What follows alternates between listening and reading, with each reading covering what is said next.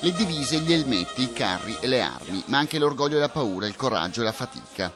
I reperti del primo conflitto mondiale, con tutto il loro carico di ricordi e di emozioni, in mostra in questo fine settimana nel Museo per un giorno, allestito alla centrale Enel di Nove a Vittorio Veneto, pregiato esempio di archeologia industriale risalente nella sua prima versione al 1914.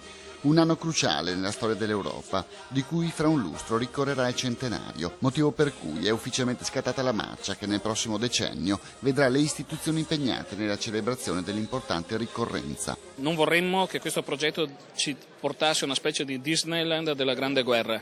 Qui occorre rispettare la memoria di quanti hanno sofferto e questa sarà una delle grandi preoccupazioni, oltre che di carattere scientifico, anche di carattere etico. Il dovere della memoria, dunque, è al centro di un progetto che vede mobilitate congiuntamente la Regione e 4 province, Treviso appunto, e poi Vicenza, Venezia e Belluno.